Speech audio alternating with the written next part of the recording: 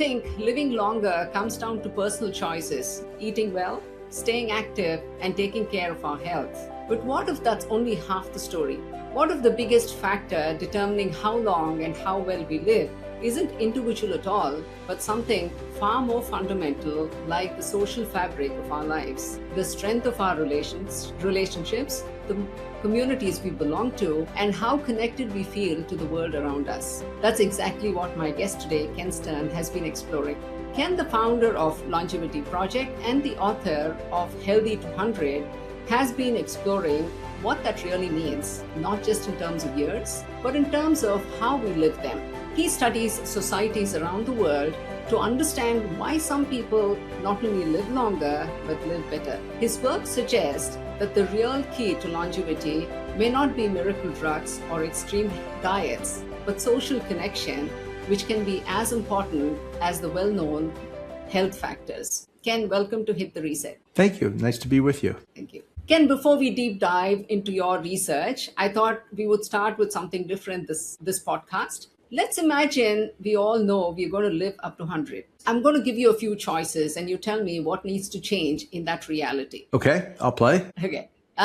If life stretches to 100, what needs to change first? Education, work, or retirement? Well, those things are, so I hate not to follow the rules of a game, but those things are tightly interrelated. How you learn depends upon, especially over the life course, will dictate how long you work. How long you work will have an impact on the length and context of your retirement. But I'll say that because work actually takes up the largest stretch of our lives at the moment, usually for most people, the traditional labor force age is 18 to 64. I'll say work has to change because how you work and whether you will work for 30 years, 40 years, 50 years will in turn dictate the nature of your retirement and also how you need to learn over the life course. So I'll go with work. I'll vote for work. Okay.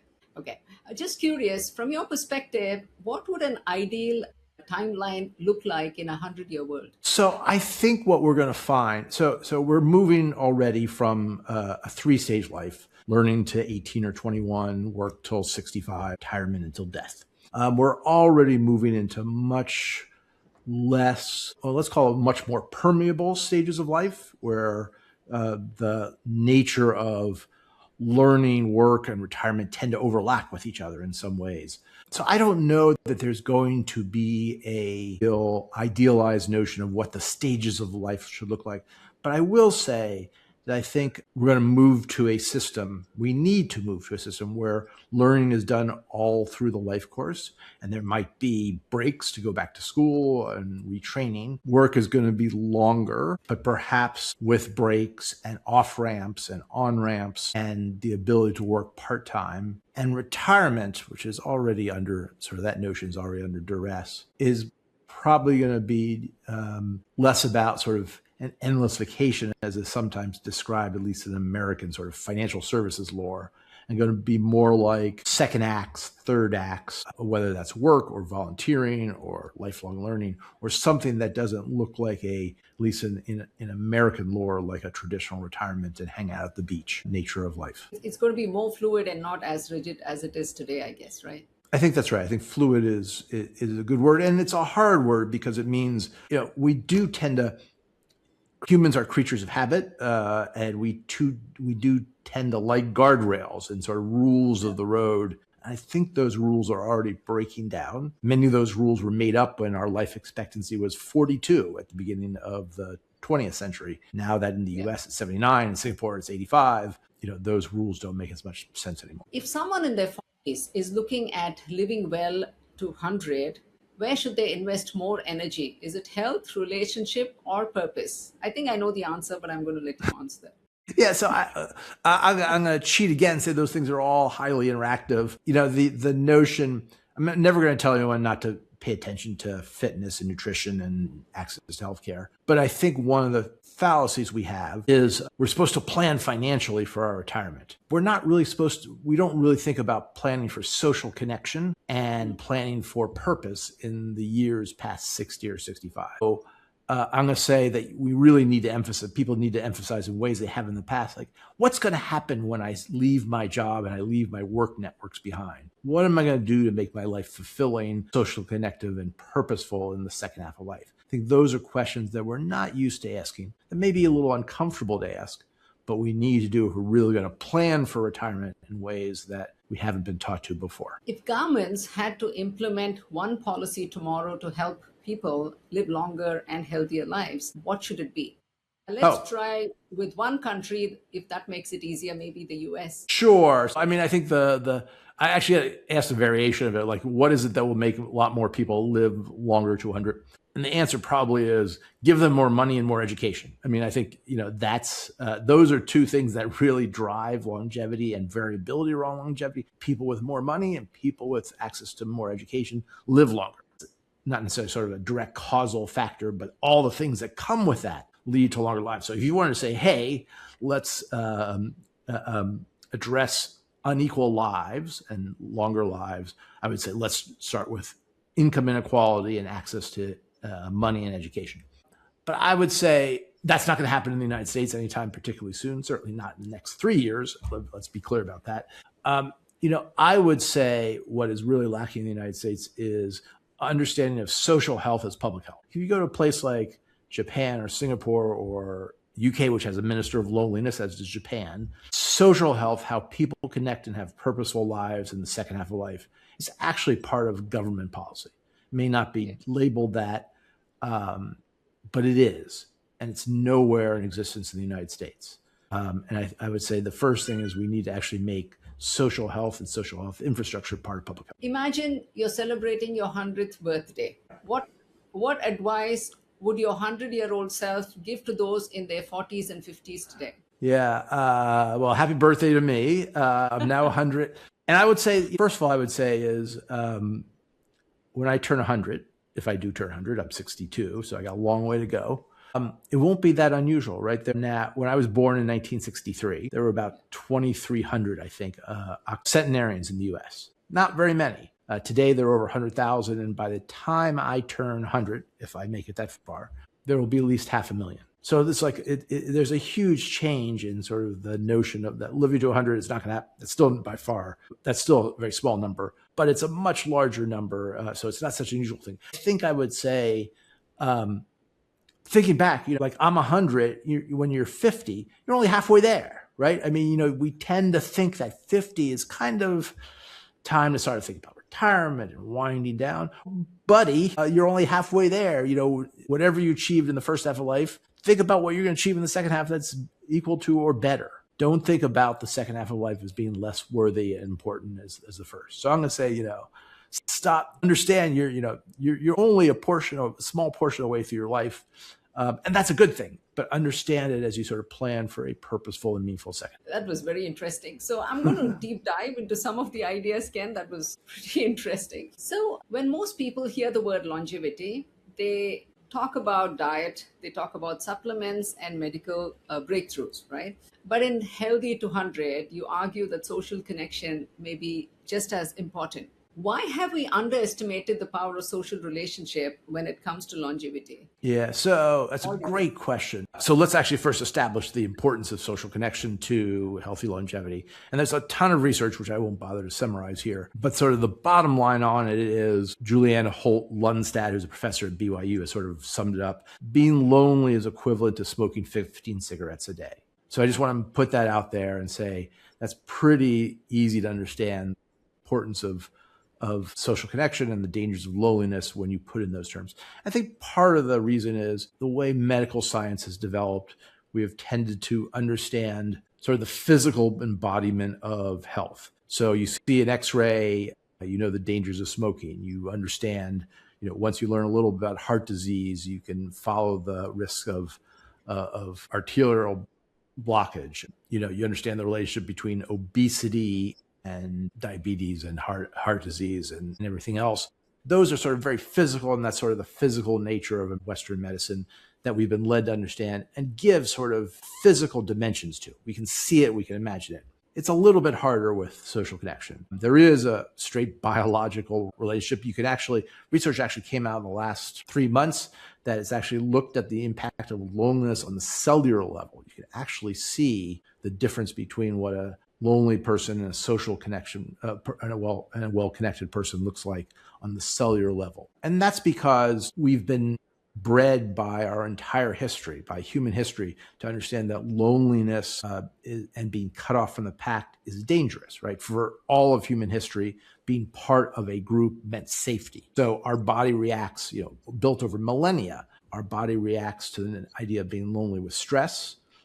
Chronic loneliness turns to chronic stress. Chronic stress leads to inflammation. Inflammation leads to heart disease, cognitive decline, cancers, all the things that we know of. But it's a causation chain that is not as easy we've not been sort of taught to understand. And we need to understand if we're going to understand how we can age healthfully. So what I hear is that loneliness has become a biggest threat to healthy longevity as well. But Ken, not sure if you've heard about the concept of joint families in India and some of the Asian countries, where you have 3 to 4 generations living together under one roof. You have people of different ages around you all the time, and you also have people your age growing up in a healthy, competitive environment. So loneliness was an alien concept. But as with everything else, we had to ape the Western culture. And so we had many folks following the nuclear family concept. So now throw in the tech devices into this new concept, and people don't want to meet in person anymore.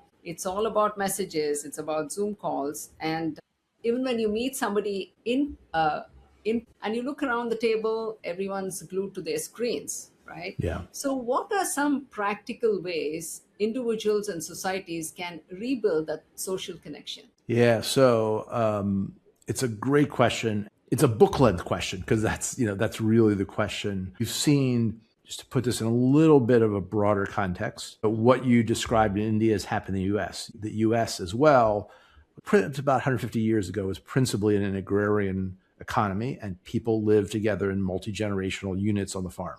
And that's all fallen apart in the 20th century. And we spend more time using technology every day, and the institutions that brought us together, religious organizations, unions, sewing circles, PTAs, Elks Clubs, book clubs, have all been in sort of long-term decline, all replaced by technology. So my son's generation, and that means we spend less time with friends, we have fewer friends. My son's generation, he's 18, spends about an hour less a day with friends than my generation did at the same age. And that's really sort of a huge challenge to us that we're just beginning to grapple with. I will say that if you look at, if you're on the subway in Singapore or in Seoul or in Barcelona, you'll still see people face downs in their phones, just like you would here in Washington, D.C. But I think other countries have done a better job in assuring across the lifespan that the institutions that bring people together,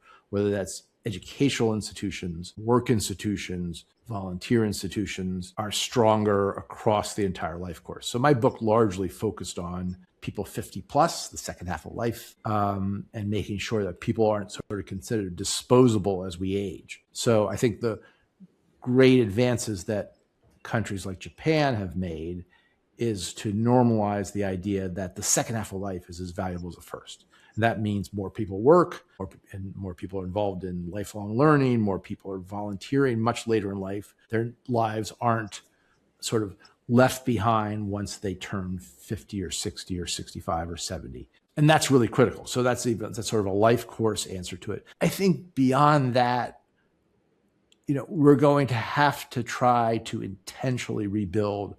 When I talk about the UK and Japan having ministers of loneliness, it's a signal to those countries believe we need to rebuild the institutions that bring people together and invest in them as a public health matter. And that's, that may be volunteer organizations, that might be religious organizations, but that may be new community organizations. We have to build them to replace what has been lost over the last century. I don't think we're going to be able to dissuade people from using their phones as much, although there is some regret, especially among the young, about how dependent they are on phones.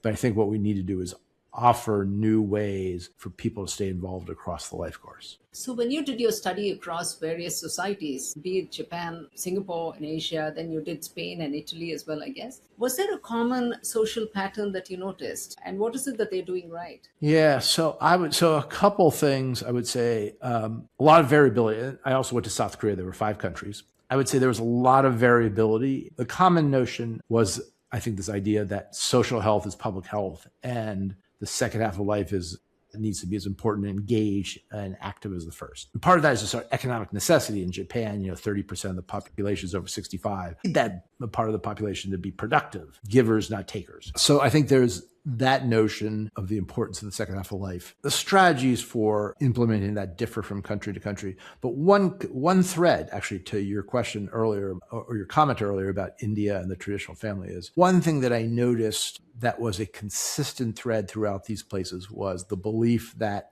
the older and younger generations fit together like pieces of a jigsaw puzzle, and that the older generation gets vitality and strength and purpose from engagement with the young, and younger folks get wisdom, support, caregiving from being involved with older generations. And that was consistent thread across all those countries, the belief in multi-generational living, multi-generational work, multi-generational projects, bringing people together in instead of senior centers into active aging centers or centers for all generations, things like that says, hey, we need to have a less age segregated society and a more age integrated society. And that's good for everyone. Yeah, and you beautifully touched upon Singapore as well, even in your book, in terms of how, having a policy is one, but then executing it efficiently is another, which is something that you can learn from Singapore, be it the skills future, which is lifelong learning, or Workforce Singapore, where they provide job opportunities for people beyond a certain age. And I think there is also an integration of age-friendly design into community, into urban planning, into housing. And we see that happening. Some countries have policies, but here you see that being implemented so efficiently. I guess that's one thing that other countries can learn from Singapore as well. Yeah, so I think Singapore is the most interesting country in the world when it comes to social health and connecting the generations and having a comprehensive plan that, as you say, includes education, work, housing, and really volunteering, how we live our lives, and the idea that this is now. And I think, if you look at how the Housing Redevelopment Board manages housing and housing policy, and how the government implements that across the whole economy, I just don't think there's any other place like Singapore ways. So I love the story of Singapore, and I love telling it to folks here in the United States, many of them who don't really understand how things work in Singapore. It's true. So true. Yeah. You focus a lot on the housing as well, right? So a few years ago, maybe 10, 20 years ago, there was this concept of senior living, right? They started building these communities where seniors lived together. They had medical facilities and so on. And then what they realized is when you put a lot of seniors into a space, it's not a multi-generational. They tend to talk about aches and pains. I'm talking about a few years ago, not now.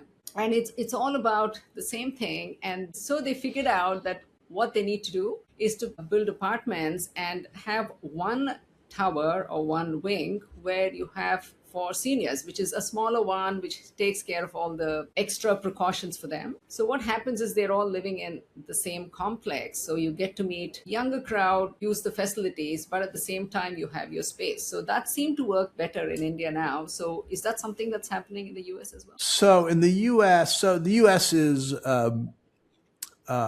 been described as the most sort of age segregated society on earth, maybe in history. I mean, we invented the retirement community in the 1950s. The idea that you should leave your community of a lifetime and move to the burning desert to live with only old people is not a very intuitive idea, but we invented that, and it's been enormously successful from a business perspective in the U.S. So I don't think we are making great advances here. So there are actually sort of two trends on it. So senior retirement is actually doing very well, but we have seen on an individual basis increases in the number of multi-generational households. It's gone up by actually a fairly significant number over the last 20 years. Some of that is cultural, increasing numbers of Asian Americans and Latino Americans who are importing, I think, much more multi-generational culture, which is great. It's also sort of an economic imperative. It really began to take off during the Great Recession when families found it economically advantageous or even necessary to have, generations stay together. The idea that kids are supposed to leave the house at 18 or 21 and never return, I think, is breaking down a little bit. It's not seen as such a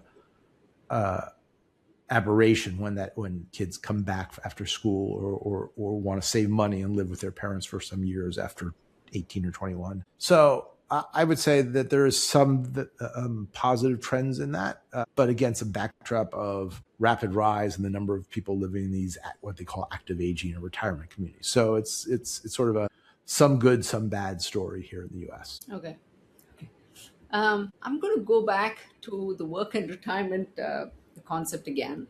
For most of human history, life followed a fairly predictable script. You had education in your earlier years, you had career through midlife, and then retirement at the end. And that's not going to hold good for a 100-year lifespan, right? Let's imagine a 25-year-old today.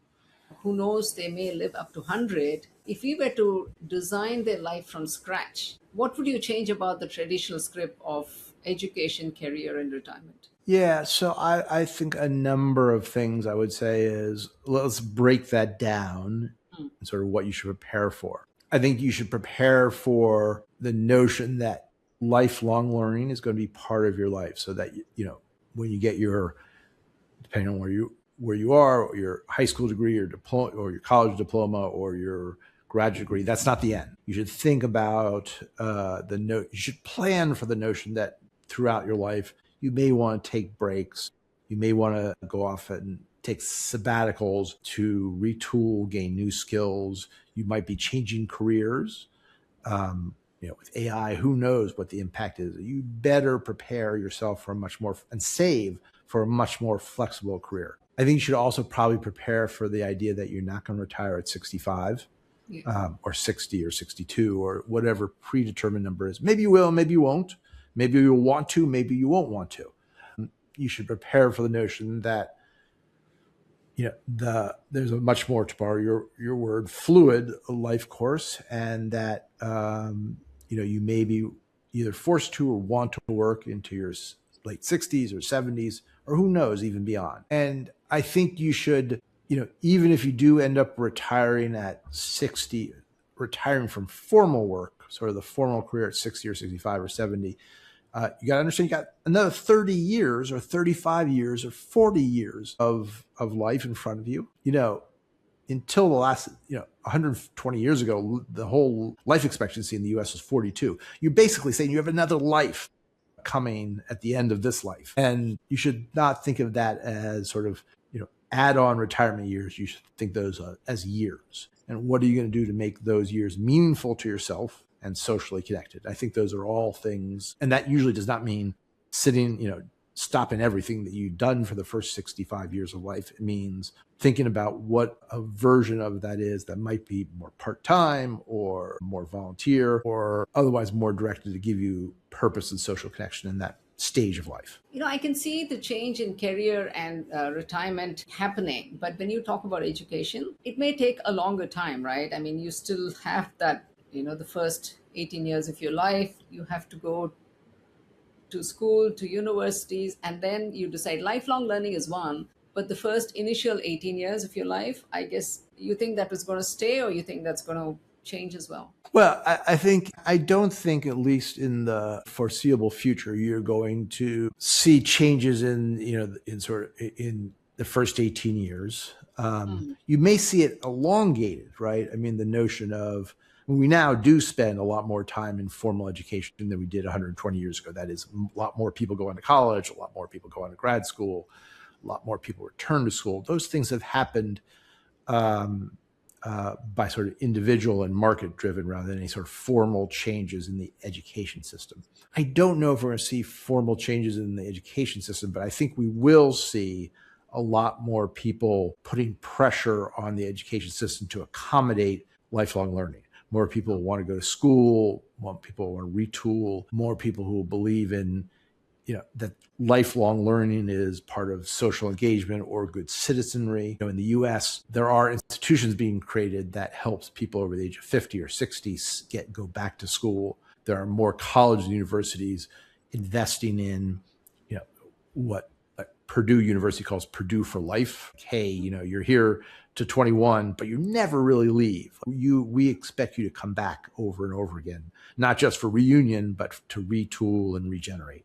So I think that notion will gradually creep into the lexicon. At least I hope it will, fast and hopefully at an accelerating pace. That sounds like the song Hotel California. You can step out anytime, but you can.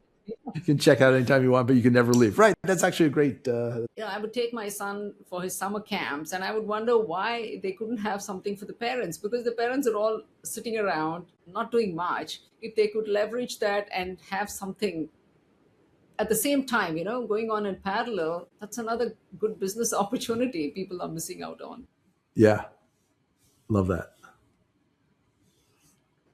We often talk about longevity as a healthcare issue, but it feels like it's going to reshape a lot of industries, as we just spoke recently, be it education, work, or housing. Which sectors do you think are the most unprepared for the shift and maybe disrupted the most because they're still building around a shorter lifespan? It's such an interesting question. I don't know if I have sort of a single clever answer to that question. Because I think everything will be disrupted. I do think in the US, healthcare is a $3 trillion business. And much of that is focused on people in the last 10 years of life. Like the enormous percentage of healthcare spending is focused on people over the age of 75 or 85. That's going to have to change because we won't be able to afford it. Right now, they're only 18% of the US is over the age of 65. Japan is 30%.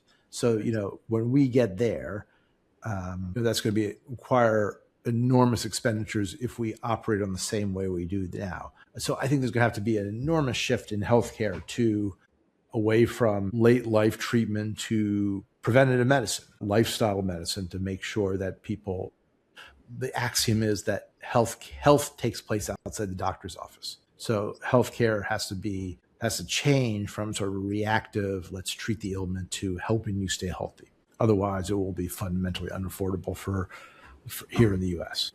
What about insurance? What about media, entertainment? They're still focused on one segment of the audience, right? I mean, they're not taking everything into consideration. I'm asking you media because of your background. Yeah, it's such a weird notion that media cares about the audience 18 to 49 when that audience is shrinking as a percentage of the population, and B, has less money than older folks. I mean, the amount of discretionary spending that older people have dwarfs younger people. I think there's still an underlying age bias by people in media that is hard to dispel. And B, there's always been this sort of assumption that by the time you hit 50 or so, your buying patterns have calcified and they won't change. And I don't know there's any real science behind that. I think there's just sort of bias, but there's just an enormous sort of growth opportunity in an aging nation. In the US alone, 10,000, almost 11,000 people turn 65 every day. And it's just a huge market that remains underexploited. So which industry do you think has the biggest opportunity if it gets it right, besides health?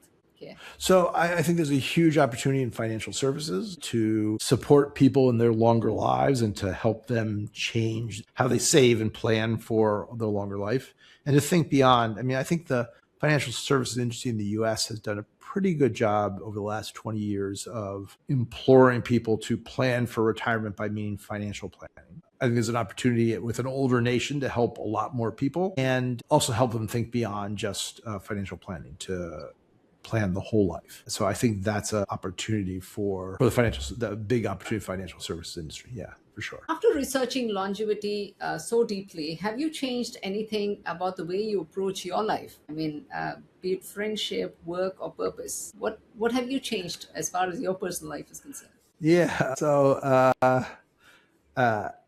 at the risk of being called a hypocrite, which I sometimes call myself, it's changed less in what I do on a daily basis and more how I think about the future. So I think it's changed my view of retirement and of when I might retire. I'm 62. Traditionally, I should be thinking about wrapping things up now. And secondarily, what happens if I retire? Do I just hang it up and go on cruises, or do I think about next acts and next stages? And that's really where I am at. The other thing is, this whole notion of social connection has really changed how I think about interacting with other people. I think a lot more about the relationships I have and how I can preserve them for the long term. I think a lot more about and not successfully yet, but I will be successful, about building relationships with people of different ages, right? There's a notion, deeply embedded notion here in American culture, that it makes sense to have friends your same age. That's who you come up through a school, even if they have different interests. It's sort of a weird concept when you stop back, like I should be interested in this person because they're the same age. But that's deeply embedded in our culture. You're more likely to have friends of a different race in the US than someone who's 10 years or younger or older. So that makes me want to think much more about, hey, let me diversify my friendship groups so that they're related to actually interests or personality rather than just sort of age cohort. Have you been successful in getting friends half your age? Not at all. But, that is on my agenda for sure. Okay. Yeah. Yeah, I'll put that on my agenda too. So if you could give one piece of advice to your 80-year-old self today, what would it be? Keep moving, pal. So, I think loneliness and social isolation is one of the greatest risks and complacency are sort of the greatest risks of getting old, right? That you stuck in patterns, you stay at home, you stay away from people. It's hard, it gets harder. But people invest in themselves when it comes to, even at 80, exercise and nutrition. I'm going to say to myself, keep social connection at the forefront of your plan. Keep making new friends, get out of the house, get involved in organizations, stay as active as possible to meet people, have purpose, and make sure, at 80, if I'm going to live to 100, or at least I have the possibility of living to 100, that's still another 20 years. That's just a lot of time left, pal. So use it wisely. Use it wisely. There's a signature question at Hit the Reset. If someone in the second half of life feels they've already peaked, how would you help them see there's more ahead? So I like to do that by telling stories of people who are doing great things in the second half of life. So one of the things we've done in my organization is we've launched a Instagram channel called Grand People, which is entirely dedicated to the stories of ordinary people just doing meaningful, purposeful, times weird things in the second half of life.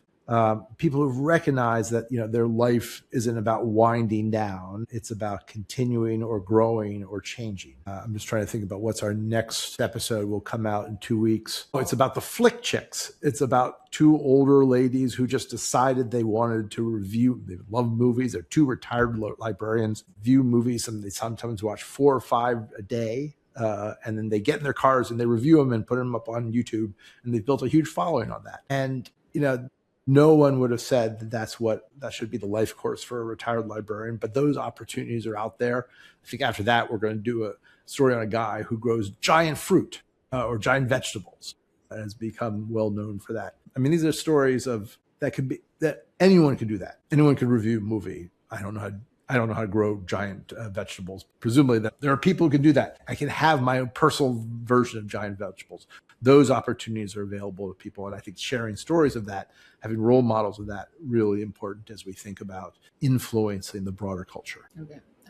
Showing them what others have done and how they can take it forward as well, I guess. Finally, if you and I meet again in 20 years and the longevity science has worked the way we hoped, what would you like the world to look like? Well, so I have a lot of aspirations for the world that I guess don't directly relate to longevity science. So I think we should not underestimate the physical and cognitive advances that have happened over the last 20, 50, 100 years. I mean, in Japan, they've been following foot speed and grip strength, which are sort of two basic foundational functional tests for older people for the last 50 years at least, maybe longer. And the older Japanese people of today are operating at a physical level that is equivalent to people 10, maybe 15 years younger than them a half century ago. There's been great sort of physical advances, and I want to see those things continue. And that's a function not just of diet and exercise. It's a function of integration in society, continue to move, continue to be socially connected. And I'd love to see that kind of pattern continue. So the 80-year-old of, when I turn 85 in 23 years, I'll be more like a 75-year-old today. And that's a powerful change that I'd love to see continue as a result of continuing greater investments in all the things that support physical and cognitive health as we age. Excellent. Thank you, Ken. What really stands out from this conversation is a simple but powerful shift in thinking that living to 100 isn't just about adding years through better medicine, but about building lives rich in connection, community, and purpose. And perhaps that's the real reset that we all need to think about. So thank you so much for joining Hit the Reset. Really appreciate it. I enjoyed the conversation. Thanks for having me on the show.